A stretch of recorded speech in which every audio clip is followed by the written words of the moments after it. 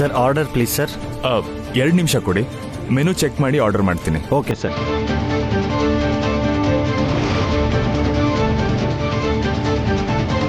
ನೀನೇ ನೋಡಿ ಏನಾದರೂ ಆರ್ಡರ್ ಮಾಡು.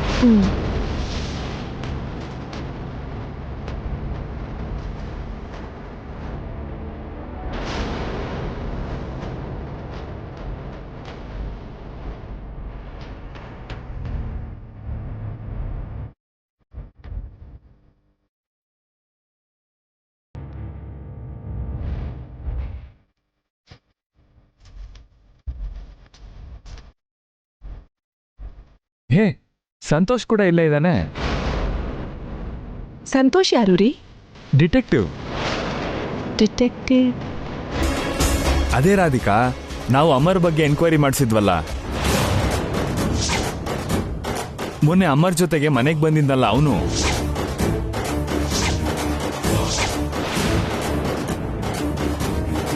ಹಾಯ್ ಸಂತೋಷ್.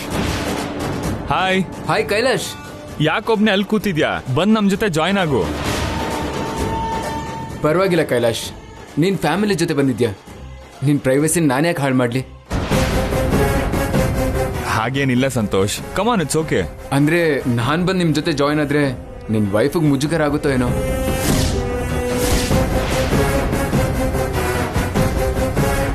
ರಾಧಿಕಾ, ಸಂತೋಷ್ ನಮ್ ಜೊತೆ ಜಾಯ್ನ್ ಆದ್ರೆ ನಿನ್ಗೇನಾದ್ರೂ ಪ್ರಾಬ್ಲಮ್ಮಾ?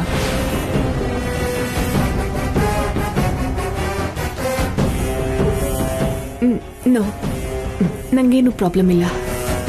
Permission granted. ಬಾ ಸಂತೋಷ್. Thank you. ಬಾ.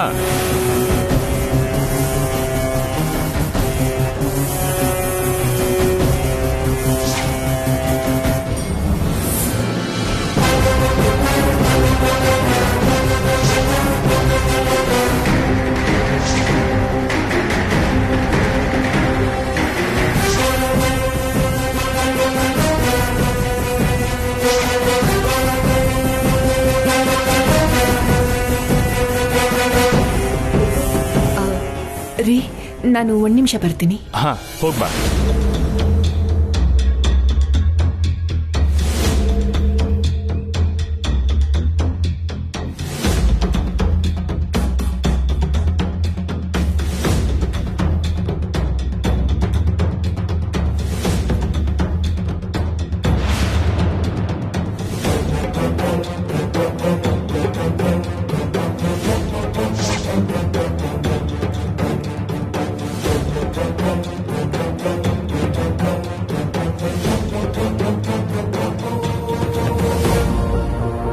ನಿನ್ ಮದ್ವೆಗೆ ಬರೋಕ್ಕಾಗ್ಲಿಲ್ಲ, ನಿನ್ ಮನೆಗೆ ಬಂದ ಕೂಡ ಅವ್ರನ್ನ ಪರಿಚಯ ಮಾಡ್ಕೊಳಕ್ಕಾಗ್ಲಿಲ್ಲ. ಈಗ ಪರಿಚಯ ಮಾಡಿಸ್ತೀನಿರು.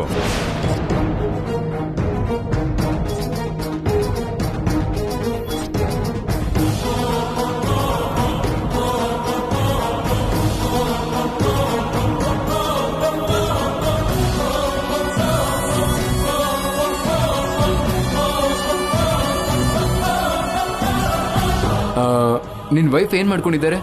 ಈಗ ಮೆಡಿಸಿನ್ ಫೈನಲ್ ಇಯರ್ ಓದ್ತಾ ಇದ್ದಾಳೆ. ವಾವ್, ಫ್ಯೂಚರ್ ಡಾಕ್ಟರ್ ಅಂತ ಆಯ್ತು. ಗ್ರೇಟ್. ಅವತ್ ಕೇಳೋದ್ ಮರ್ತ್ಬಿಟ್ಟೆ ಸಂತೋಷ್. ಅವತ್ತು ಅಮರ್ ಯಾಕೆ ನಿನ್ನ ಭೇಟಿ ಮಾಡ್ದ? ಅವ್ನು ನಿನಗೆ ಹೇಗ್ ಪರಿಚಯ? ನಾನು ಡಿಟೆಕ್ಟಿವ್ ಆಗಿರೋದ್ರಿಂದ ನನ್ನ ಮೀಟ್ ಮಾಡಿ ಒಬ್ರ ಬಗ್ಗೆ ಎಂಕ್ವೈರಿ ಮಾಡಬೇಕು ಅಂದ್ರು. ಯಾರ ಬಗ್ಗೆ? ಸಾರಿ ಕೈಲಾಶ್, ನಮ್ ರೂಲ್ಸ್ ಪ್ರಕಾರ ನಮ್ ಫ್ಯಾಮಿಲಿ ಕೂಡ ಹೇಳೋ ಹಾಗಿಲ್ಲ. Oh, okay okay, I understand. ಹೌದು, ನೀನು ಅಮರ್ ಬಗ್ಗೆ ಎಂಕ್ವೈರಿ ಮಾಡಿಸಿದ್ದೆ ಅಲ್ವಾ, ಏನಾಯ್ತು? ನನ್ನ ವೈಫ್ಗೋಸ್ಕರ ಮಾಡಿಸ್ಬೇಕಾಯ್ತು, but Amar is a gentleman.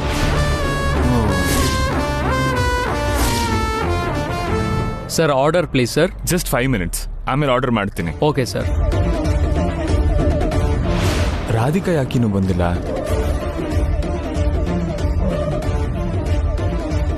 Santosh, 1 minute. Okay. ಈಗಲೇ ಬಂದೆ.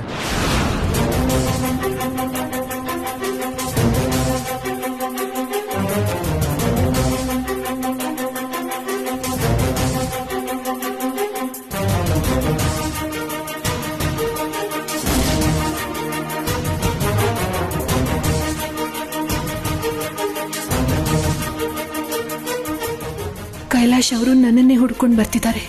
ಇನ್ನು ಆ ಡಿಟೆಕ್ಟಿವ್ನ ಫೇಸ್ ಮಾಡದೆ ಬೇರೆ ದಾರಿ ಇಲ್ಲ.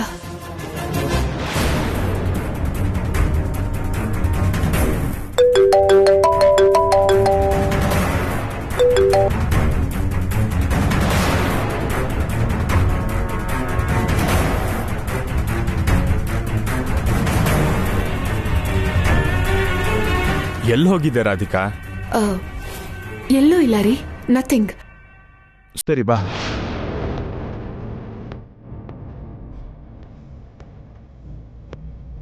ನಡಿ ರಾಧಿಕಾ.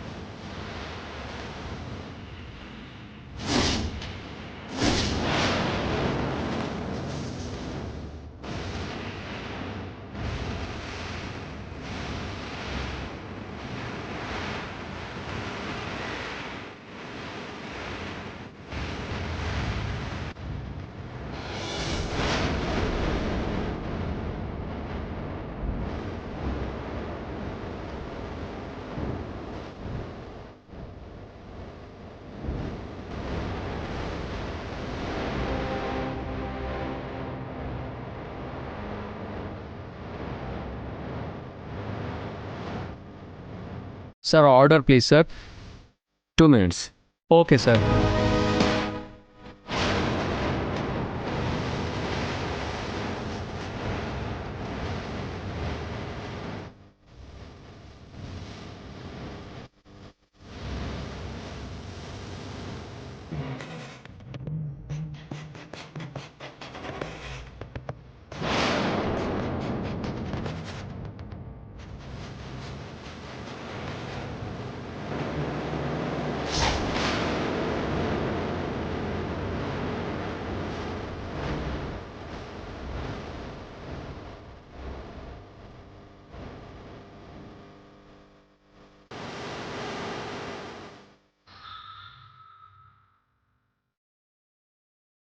ಸಂತೋಷ್ ಎಲ್ಲಿ ಹೋದ?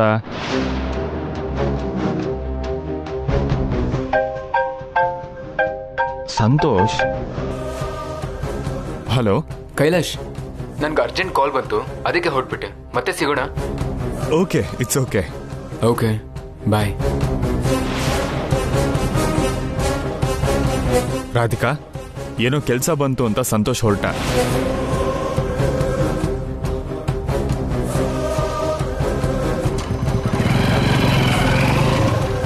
ನಾವು ಊಟ ಆರ್ಡರ್ ಮಾಡೋಣ, ಕೂತ್ಕೋ.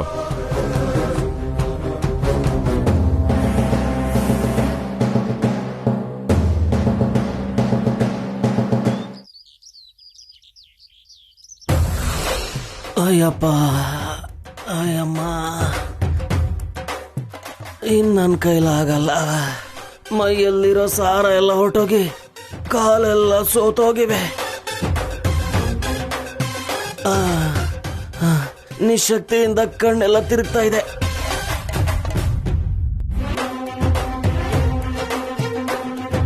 ಇನ್ನೊಂದು 2 ಸಲ ಬಾತ್ರೂಮ್ಗೆ ಹೋದ್ರೆ ನಾನು ಮೇಲಕ್ಕೆ ಹೋಗ್ಬಿಡ್ತೀನೋ ಏನೋ.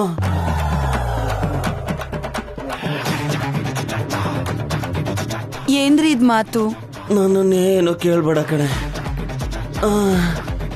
ಉತ್ತರ ಕೊಡಕ್ಕೂ ನಂಗೆ ಶಕ್ತಿ ಇಲ್ಲ. ಅಮ್ಮ, ಅಣ್ಣ ಏನಾಯ್ತು? ಮಧ್ಯಾಹ್ನದಿಂದ ನನ್ನ ಬದುಕು ಬಾತ್ರೂಮ್ ಪಾಲಾಗೋಗಿದೆ ಶಕುಂತಲ.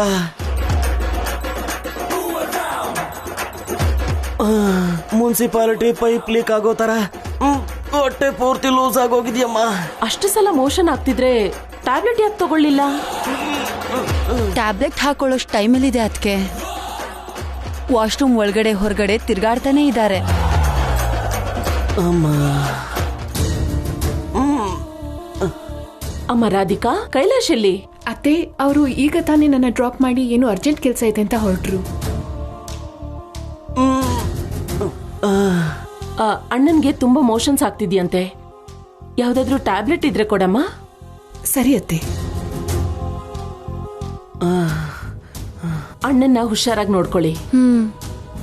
ಅಮ್ಮ, ಅಮ್ಮ.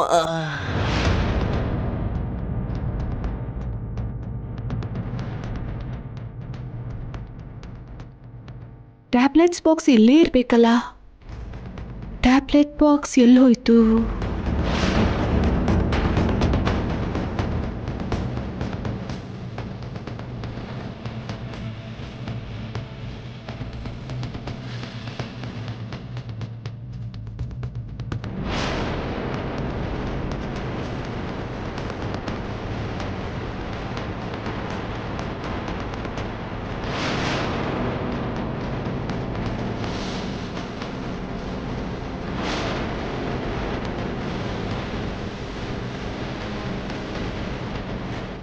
ಇದಕ್ಕೆ ಮಲ್ಲೇಶ್ವರಿ ಅಷ್ಟು ಪ್ರೀತಿಯಿಂದ ನೀನು ನನಗೆ ಜ್ಯೂಸ್ ತಂದು ಕೊಟ್ಟಿದ್ದು.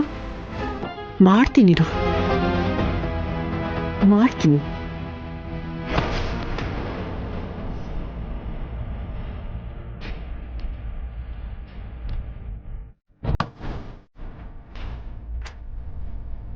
ಅಮ್ಮ, ಬೇಗ ಟ್ಯಾಬ್ಲೆಟ್ ಕೊಟ್ಟು ನಿಮ್ಮ ಅಂಕಲ್ನ ಕಾಪಾಡಮ್ಮ. ಟ್ಯಾಬ್ಲೆಟ್ಸ್ ಅಲ್ಲ ಅಂಕಲ್, ನಿಮಗೆ ಇಮಿಡಿಯೇಟ್ ಆಗಿ ಆಪರೇಷನ್ ಮಾಡಬೇಕು.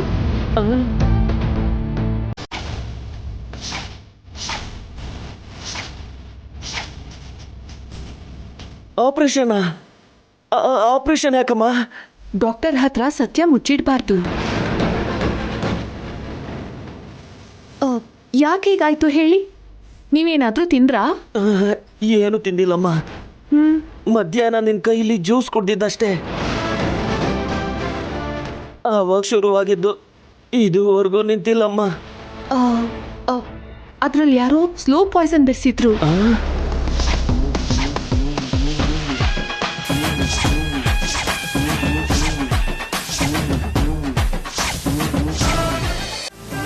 ಆಪರೇಷನ್ ಮಾಡದೆ ಹೋದ್ರೆ ನಿಮ್ ಜೀವಕ್ಕೆ ಅಪಾಯ.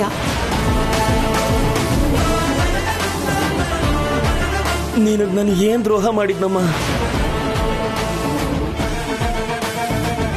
ನಿನಗೆ ಇಷ್ಟ ಆಗಿರೋ ಸಂಬಂಧನೇ ನೋಡ್ತೀನಿ ಅಂತ ಹೇಳಿದ್ನಲ್ಲ. ತಪ್ಪನ್ನೇ ಸಾಯ್ಸಕ್ ನೋಡ್ತೀಯಾ? ಅದು ಮಹಾ ಪಾಪ. ಸಾಕ್ ನಿಲ್ಸು. ನಾನ್ ಯಾಕೆ ನಿನಗ್ ಪಾಯ್ಸನ್ ಹಾಕ್ಲಿ? ಅದರಲ್ಲಿ ಮೋಷನ್ ಟ್ಯಾಬ್ಲೆಟ್ಸ್ ಹಾಕಿ.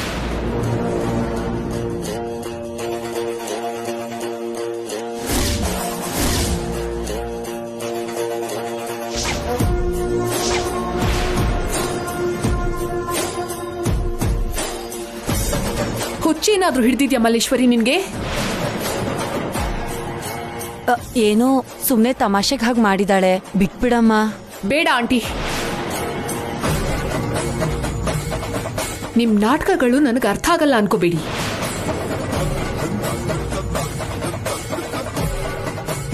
ನಾನು ನನ್ನ ಗಂಡನ ಜೊತೆಗೆ ಚೆನ್ನಾಗಿದ್ರೆ ನಿಮ್ ಕೈಲದು ಸಹಿಸ್ಕೊಳಕ್ಕಾಗ್ತಾ ಇಲ್ಲ. ಅತ್ತೆ ನಮ್ಮನ್ನ ಹೊರಗೆ ಹೋಗಕ್ ಹೇಳ್ದಾಗ ಕೂಡ ನಿಮ್ ಮುಖಗಳ ಬಣ್ಣ ಬದಲಾಗೋದನ್ನ ನಾನು ಗಮನಿಸಿದ್ದೀನಿ. ನೀವ್ ಎಷ್ಟೇ ತಪ್ಪು ಮಾಡಿದ್ರು ನಾನು ಏನು ಮಾಡಲ್ಲ ಅಂತ ನೀವು ಹಗುರವಾಗಿ ತಗೊಂಡು ಹದ್ದು ಮೀರಿ ಹೀಗೆ ಇನ್ನೊಂದ್ಸಲ ನಡ್ಕೊಂಡ್ರೆ ನಾನೇ ನೀವು ತಿನ್ನೋ ಅನ್ನದಲ್ಲಿ ವಿಷ ಹಾಕ್ತೀನಿ. ಹುಷಾರು. ಅಂಕಲ್, ಈ ಟ್ಯಾಬ್ಲೆಟ್ಸ್ ತಗೊಳ್ಳಿ. ಅಯ್ಯೋ, ನಿನ್ನ ಮನೆ ಕಾಯೋಗ ನಾನು ಇಲ್ಲಿಷ್ಟು ಒದ್ದಾಡ್ತಾ ಇದ್ರೆ ಮೋಷನ್ ಟ್ಯಾಬ್ಲೆಟ್ ಹಾಕಿರೋ ವಿಷಯ ಕೂಡ ನನಗೆ ಹೇಳಲೇ ಇಲ್ವಲ್ಲ. ನೀನೊಬ್ಳು ಮನುಷ್ಯಲ.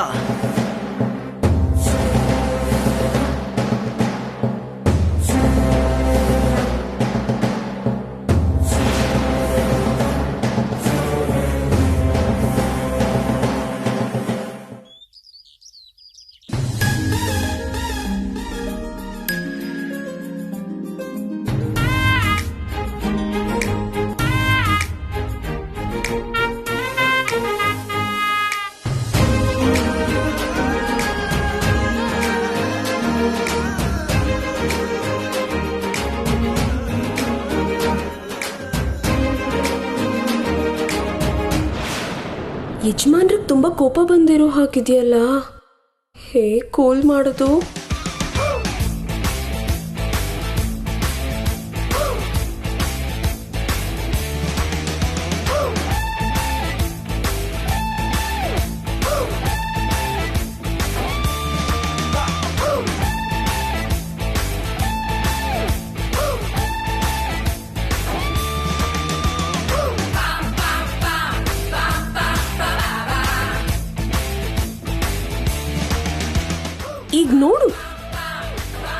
ಸಾರಿ ಹೇಳಿಸ್ಕೊಂಡಿದ್ದಕ್ಕೆ ಪತಿರಾಯರು ಮುಖ ಓದಿಸ್ಕೊಂಡು ಹೇಗಿದ್ದಾರೆ?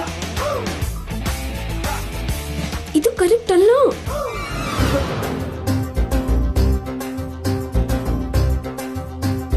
ಹಾಯ್ ಪತಿರಾಯರೇ. ಯಾಕೆ ಬಂದೆ ಇಲ್ಲಿಗೆ? ಇದು ನಮ್ ರೂಮು, ಅದಕ್ಕೆ ಬಂದೆ. ಸುಮ್ಮನೆ ನಂಗೆ ಡಿಸ್ಟರ್ಬ್ ಮಾಡ್ದೆ, ಹೊರಗೆ ಹೋಗು. ಕೋಪ ಮಾಡ್ಕೋಬೇಡಿ ಪತಿರಾಯರೇ. ನಿಮ್ ಕೈಲಿ ಸಾರಿ ಹೇಳ್ಸಕ್ಕೆ ನಾನು ಅಷ್ಟೆಲ್ಲ ರಾತ್ ಮಾಡಿದ ತಪ್ಪೆ. ನೀನ್ ಮೊದಲು ಹೊರಗೆ ನಡಿ.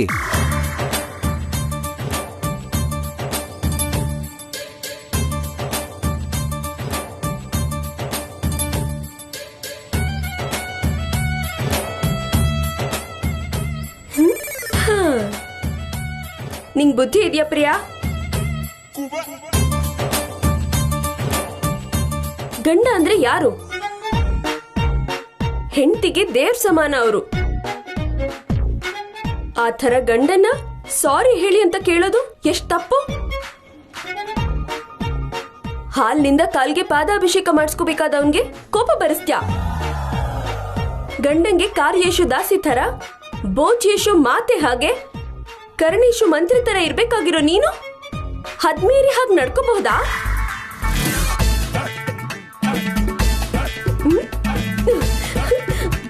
ಅಯ್ಯಯ್ಯೋ, ನನ್ ಕ್ಷಮಿಸ್ಬಿಡಿ ಪತಿರಾಯರೇ, ನಾನು ಹಾಗೆಲ್ಲ ಮಾಡ್ಬಾರ್ದಿತ್ತು. ಅದಕ್ಕೆ ಶಿಕ್ಷೆಯಾಗಿ ಬಸ್ಗೆ ಹೊಡಿತೀನಿ.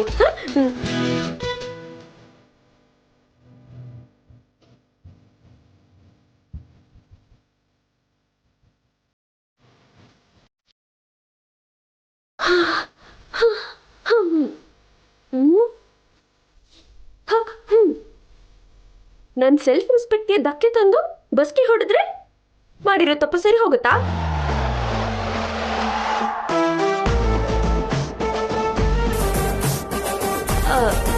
ಹಾಗಿದ್ರೆ ಏನ್ ಮಾಡ್ಬೇಕು ಅಂತ ಹೇಳಿ ಬತ್ತೀರಾಯ್ರೆ, ಅದನ್ನೇ ಮಾಡ್ತೀನಿ. ಏಯ್, ಸಾಕ್ ನಿಲ್ಸು. ಏನು ಒಳ್ಳೆ ಕಪ್ಪೆ ತರ ಆ ಕಡೆಯಿಂದ ಈ ಕಡೆ, ಈ ಕಡೆಯಿಂದ ಆ ಕಡೆ ಎಗರ್ತಾ ಇದ್ಯಾ?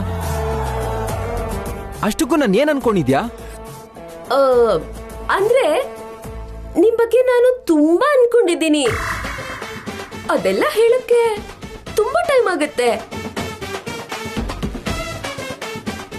ಆದ್ರೂ ಪರವಾಗಿಲ್ಲ, ಹೇಳು ಅಂದ್ರೆ ಹೇಳ್ತೀನಿ.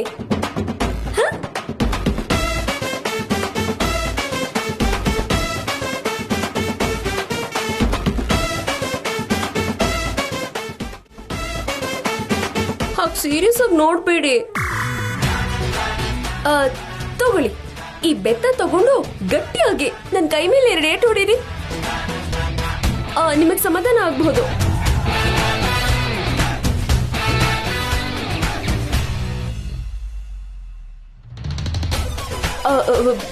ಏನ್ ಹಾಗೆ ನೋಡ್ತಿದ್ದೀರಾ? ಹೊಡೀರಿ.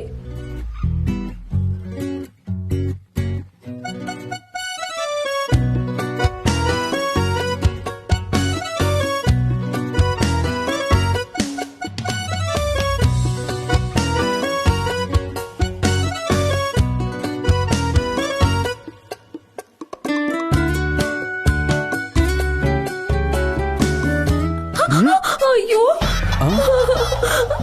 ನನ್ ಕೈ ಹೋಯ್ತು. ಅಯ್ಯೋ ದೇವ್ರೇ. ಏಯ್, ನಿಲ್ಸು. ಅಷ್ಟಕ್ಕೂ ನಾನು ಹೊಡೆದೇ ಇಲ್ಲ. ಯಾಕಷ್ಟು ಜೋರಾಗಿ ಬಡ್ಕೋತಿದ್ಯಾ? ಹೇಗೋ ಹೊಡಿತಿರಲ್ಲ ಪತಿರಾಯ್ರೆ.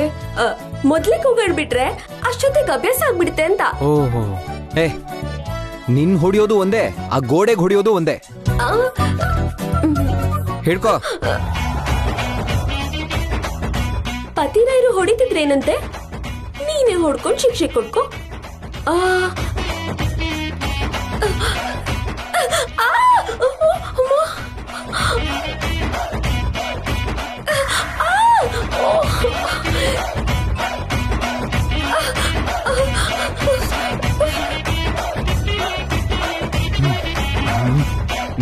ನೀನ್ ಮಾತ್ರ ಬದಲಾಗಲ್ಲ.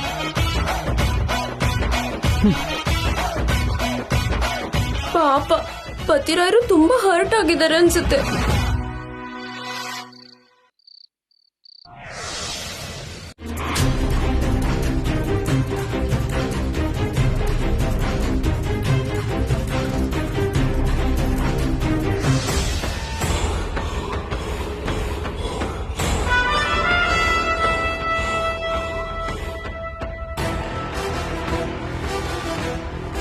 ಅಣ್ಣ